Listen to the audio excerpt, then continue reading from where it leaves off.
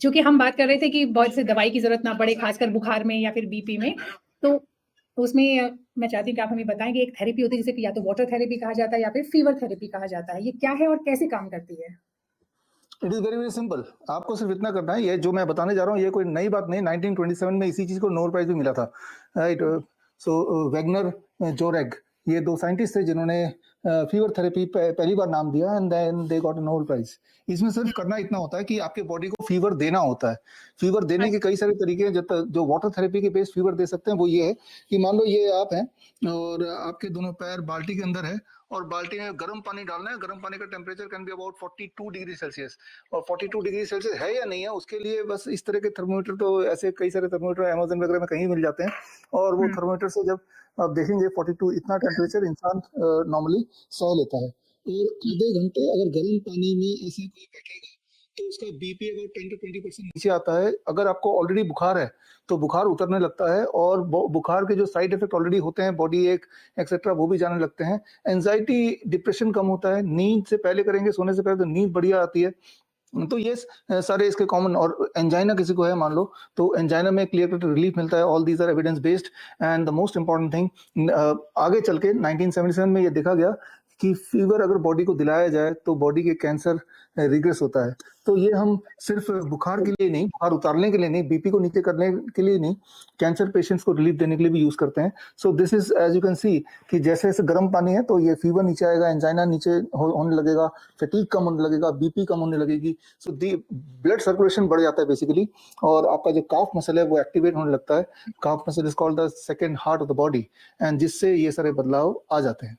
हुँ, जी। दरअसल मैं ये जानना चाहूँगी कि जो आप थेरेपी की बात कर रहे हैं, ये अगर किसी को बुखार है, बीपी है या फिर दूसरे हेल्थ इश्यूज़ हैं, तभी इसका इस्तेमाल करना चाहिए या फिर जैसे नॉर्मली क्या होता है कि हम लोग दूसरे थेरेपीज़ में भी बात करते हैं कि अगर आप बहुत थके हुए हैं, फटीग है, तो आपको गर्म पानी में थोड़ा नमक डाल के पैर उसमें रखने हैं। तो ये ऑलमोस्ट उसी तरह की बात हो रही है। तो जिसको बीमारी नहीं है, वो भी इसका इस्तेमाल कर सकता है और हाँ, तकलीफ बेसिकली इसमें इसका मैकेनिज्म समझ लेंगे तो आपको समझ आ जाएगा कि सभी इस्तेमाल कर सकते हैं या करना चाहिए। ये बेसिकली आपके ब्लड वेसल को, जो काफ मसल ब्लड वेसल को, it डायलेट्स, और हुँ, जिससे एंड साथ में आपका ब्लड सर्कुलेशन को थोड़ा तेज कर देता है, जिससे आपकी बॉडी की इम्यूनिटी स्ट्रांग होती है। तो उसका जो पहला इफेक्ट ये होता है कि अगर बॉडी में कोई फटीग है, या जैसे शाम को गए घर में बड़ा थकान हो रही है, तो वो थकान गायब होने लगती है। ये इसकी इमीडिएट बेनिफिट्स हैं। तो अगर ये रेगुलरली करेंगे तो इंसान की एनर्जी बनी रहेगी। तो मेरे हिसाब से ये जिस तरह से हम रेगुलरली योगा हमें करना चाहिए या मॉर्निंग वॉक करनी चाहिए, so this can be a part of the lifestyle. Okay. हाँ, ये बहुत अच्छी बात है कि आपने बताया कि ये इसको एक थेरेपी को हम अगर अपने लाइफ़स्टाइल का हिस्सा बनाएँ तो ज़्यादा अच्छा है बिकॉज़ आपने एक बार किया और आपका बीपी नीचे आ गया, लेकिन आपका लाइफ़स्टाइल अगर वैसा ही रहा, उसे रूटीन में शामिल नहीं किया, तो फिर आपका उसका बेनिफिट्स नहीं होगा। ये बताइए कि इसके लेकर के जो आप बता रहे हैं, जैसे आपने बताया कि काफ़ी पहले से ये थेरेपी है और इस पर काफ़ी काम भी हुआ है, तो क्या इसके एविडेंस के लिए आप कोई रिसर्च पेपर या फिर कुछ और इस तरह की चीज़ शेयर करना चाहेंगी, जो हाँ, कि साबित यस, करती यस। पहला एविडेंस तो ये कि इस पे नोबेल प्राइज मिला है 1927 में। That is the first evidence. और हमने दुनिया भर के सारे एविडेंस कलेक्ट करके एक किताब हेल्प नाम हुँ, से हमने रिलीज की। इसमें सारे एविडेंस हैं कि इस फीवर को उतारने वाली थेरेपी से हर तरह की बीमारी में, मान लो किसी को जॉइंट पेन है, उसमें कैसे रिलीफ मिलता है, उसके पीछे का मैकेनिज्म क्या है, उसके रिसर्च पेपर क्या है। मान लो किसी को वेरिकोज वेन्स है, वेरिकोज हुँ, वेन्स में थोड़ा सा अलग है कि गर्म पानी में 4 मिनट, और ऐसे एक बाल्टी में बहुत ठंडा पानी 12 डिग्री सेल्सियस पानी, और उसमें 1 मिनट, मतलब इस तरह से ऑल्टरनेट करना होता है फॉर 30 मिनट्स। तो उससे वेरिकोज वेन्स है, प्लांटर फेसाइटिस है, उसमें immediately from the first day you will see the relief. So ये सारे एविडेंस बेस्ड है। All the evidences are there in the book. On the other hand, on the contrary, जैसे आपने जिक्र किया कि फीवर में या खास तौर पे हमने दवाई ले लेते हैं और फीवर को कम करते हैं। दवाई लेके जब फीवर कम करते हैं, खासतौर पे पैरासिटामोल के, तो अभी तक के जो एविडेंस है, पैरासिटामोल दुनिया का सबसे पुरानी दवाई है, तो सबसे ज्यादा रैंडमाइज कंट्रोल ट्रायल जाहिर सी बात है इसी में हुए हैं। वो सारे रैंडमाइज ट्रायल भी मैंने कलेक्ट किए हैं। वो कलेक्ट करके I put it in this book, world's best DIP, right, page number 299। आप हुँ, गौर करेंगे कि पैरासिटामोल अगर लेते हैं फीवर को उतारने के लिए, तो उन लोगों की जो फीवर है वो, या बीमारी लंबी चलती है, उनकी इन्फेक्शन काफी समय तक चलता है, in comparison to doing nothing. So clear cut ये है कि अगर बॉडी को बुखार है, तो बुखार आपको बॉडी को चाहिए। बुखार इज अ वो वेपन तो ऑफ द एक बॉडी। मैकेनिज़्म है जो आपकी शरीर में जो बीमारी हो रही है या होने वाली है उसका इंडिकेशन है, उतना तो अभी जो है ज़्यादातर लोगों को समझ में आता है। लेकिन अब यहाँ मेरा सवाल ये है कि अगर मान लीजिए आपने ये जो गर्म पानी की थेरेपी बता रहे हैं और किसी को बुखार या फिर हेल्थ इश्यू है, मैं उसकी बात कर रही हूँ, प्रिकॉशनरी नहीं, तो तब इसका क्या क्या तरीका होगा करने का? दिन में 2 बार करना है, सुबह-शाम करना है? एक सवाल ये है। दूसरा सवाल ये है हाँ, कि 42 जी, प्लीज़ पहले आप इसका आंसर करें। देखिए इसमें जैसे मान लो जो जो कैंसर पेशेंट होते हैं जिनको एक्सट्रीम वीकनेस होती है, इतना वीकनेस कि वो उठ ही नहीं सकता, बैठ ही नहीं सकता, जा ही नहीं सकता कहीं, तो उनको हम दिन में 2 बार सुबह, क्योंकि इसका असर लगभग 12 घंटे तक रहता है, फिर सुबह और रात को सोने से पहले 2 बार करने बोलते हैं। और जो उनको फीवर हो जाता है तो फीवर होने के बाद एक ही बार करना है, करने के बाद अगर फीवर वापस नहीं आता तो करने की आवश्यकता नहीं है, लेकिन अगर फीवर दोबारा आ जाता है बाई चांस अगले दिन या same day, then one can repeat as long as the fever keeps on coming back. So इस तरह से डिपेंडिंग ऑन कि आपकी सिम्टम्स क्या है, अगर for prevention once in a day और once in 2 days enough, but अगर कोई इंटरवेंशन करना है, मान लो बीपी, तो बीपी में हमने देखा कि ब्लड प्रेशर नीचे आ गया, बट नीचे आके फिर 6 घंटे तक तो रहेगा, फिर दोबारा ऊपर चला जाएगा, यानी कि as emergency mode instead of taking medicine you take it again after 6 hours if the BP goes high. Similarly anxiety वाले पेशेंट्स को बोलते हैं एंजाइटी हमेशा नहीं होती, या इंसान हमेशा स्ट्रेस में नहीं रहता, लेकिन जब भी स्ट्रेस में है, एंजाइटी में है, उसे डिप्रेशन फील हो रहा है, सो उस वक्त आप कर लो एज ए SOS बेसिस।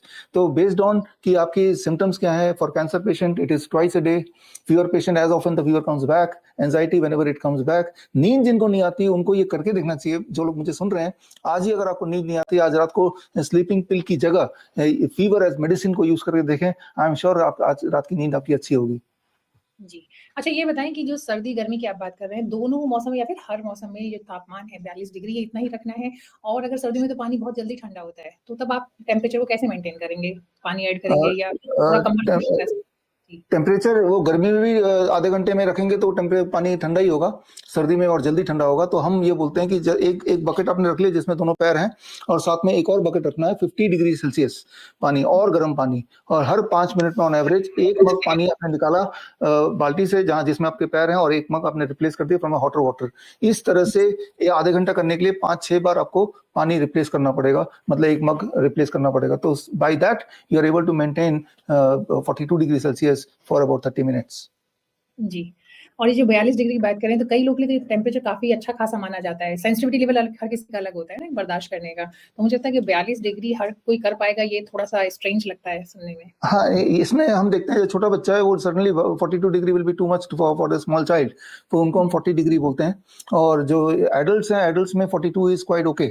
और कुछ लोग ऐसा भी करते हैं जो ज़्यादा सेंसिटिव है, जैसा आपने बताया, तो हम बोलते हैं कि 40 डिग्री पे पैर रख लो, और जब पैर हम पानी में डाल लेते हैं उसके बाद जो हमारी क्षमता बढ़ जाती है, फिर धीरे-धीरे पानी के टेम्परेचर बढ़ाओ।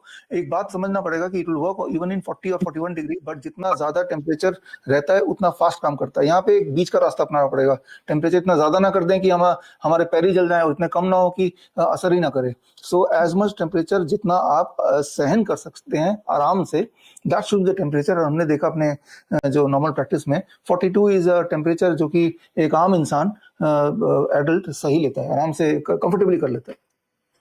अच्छा, अभी आप ज़िक्र कर रहे थे वर्कोज़ वेन्स का। काफ़ी लोग जो परेशान रहते हैं इस समस्या से। तो कुछ चीज़ आपने भी बताई कि किस तरीके से कोल्ड एंड हॉट वाटर का को आप मतलब ये थेरेपी में इस्तेमाल करना है। इसके लिए मैं चाहूँगी कि आप नटशेल में, हालाँकि कभी हम फिर डिटेल में सेशन करेंगे इस टॉपिक पर, लेकिन फिर भी चाहती हूँ कि कुछ हमारे दर्शकों को आप बताएँ कि इसके लिए आप और क्या सजेस्ट करेंगे? देखिए वेरिकोज वेन्स में आपको ये करना होता है, मतलब वेरिकोज वेन्स की समस्या कैसे खत्म होगी, जो आपकी काफ मसल है इट शुड डायलेट कंस्ट्रिक्ट। अगर ये एक्टिविटी आप करा दे काफ मसल्स को, उनके मसल्स के और ब्लड वेसल्स को, तो वेरिकोज वेन्स की समस्या ठीक हो सकती है या हो जाती है। तो उसके लिए आपने क्या किया, 12 डिग्री टेम्परेचर का एक पानी, मतलब बहुत ठंडा बर्फ वाला पानी, तो वो 10-12 डिग्री के टेम्परेचर का होगा, और एक 42 डिग्री यानी कि बहुत गर्म। दोनों में टेम्परेचर डिफरेंस कितना हो गया, 30 डिग्री 30 डिग्री। तो 4 मिनट जब गर्म पानी में रखा तो आपका ब्लड वेसल पैरों के डायलेट, और फिर आपने 1 मिनट के लिए ठंडे पानी में रखा तो ब्लड वेसल कंस्ट्रिक्ट, तो फिर दोबारा आपने गर्म पानी में रखा। ऐसा आप 6 साइकिल करेंगे तो करीब आधा घंटा हो जाता है। आधा घंटे होने के बाद फिर आप ये महसूस करने की कोशिश कीजिए कि जो वेरिकोज वेन के आपके सिम्टम्स थे, या पेन था, या डिस्कम्फर्ट था, क्या उसमें आपको पहले आधे घंटे में रिलीफ मिला? Most likely yes. तो इसका मतलब this is working for you. तो अब आपको हर दिन करना है जब तक कि आपका वेरिकोज वेन्स की समस्या पूरी तरह ना चला जाए। हमने देखा है अक्सर हमारे पेशेंट्स को, दे रिपोर्ट टू अस 1 महीने से 3 महीने में हमने देखा कि नाउ वी आर रिलीव। जब पूरी तरह ठीक हो गया, then you can discontinue this hot and cold, we call it contrast water immersion, hot and cold दोनों। प्लैंटर फेसाइटिस में भी ऐसा है, तो उसमें भी एडियो में ऐसा दर्द होता है कि जैसे मान लो किसी ने चाकू भोंक दिया हो, तो उसमें भी हॉट एंड कोल्ड का यही स्ट्रेटेजी काम करता है। एंड इंपॉर्टेंट थिंग इज कि पहले आधे घंटे में ही जितने सारे कंडीशन मैंने बताए उनमें आपको रिलीफ मिलना चाहिए। अगर मिल रहा है, जो कि मोस्ट लाइकली है, this means it is working for you, then you should continue for the next day और द नेक्स्ट टाइम। एक दिन में 2 बार भी कर सकते हैं, 3 बार भी कर सकते हैं, इसमें कोई साइड इफेक्ट है नहीं। तो जितनी बार करेंगे, जितने ज्यादा करेंगे, उतनी जल्दी आपको रिजल्ट दिखेगा। मतलब उतनी जल्दी पहली बार में रिजल्ट दिखेगा, बट पहली बार में टेम्पररी आराम है, but when you keep on doing it then it becomes a permanent cure. जी, अभी आपने कहा कि इसका कोई साइड इफ़ेक्ट नहीं है, लेकिन आपको नहीं लगता कि जो एक्सट्रीम टेम्परेचर पे अगर हम लोग करते हैं दोनों को, तो कई बार आपकी बॉडी या आपका जो पार्ट है वो शॉक की स्टेज में भी जा सकता है, ऐसा कुछ पॉसिबिलिटी है क्या? हाँ, वो तब होगा कि आपके पैर जल ही रहे हैं, मतलब जो टेम्परेचर आपका बॉडी सह ही नहीं पा रहा है, वो तो बॉडी इंडिकेट कर देता है, पैर रखते आप रख ही नहीं पाएंगे, आप पैर हटा लेंगे, तो that means that temperature is not for you.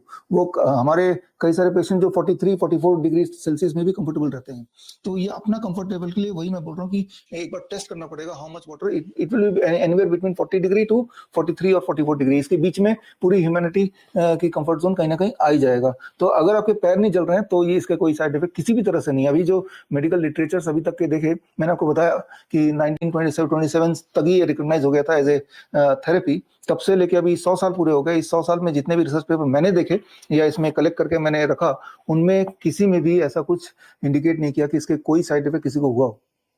Ji.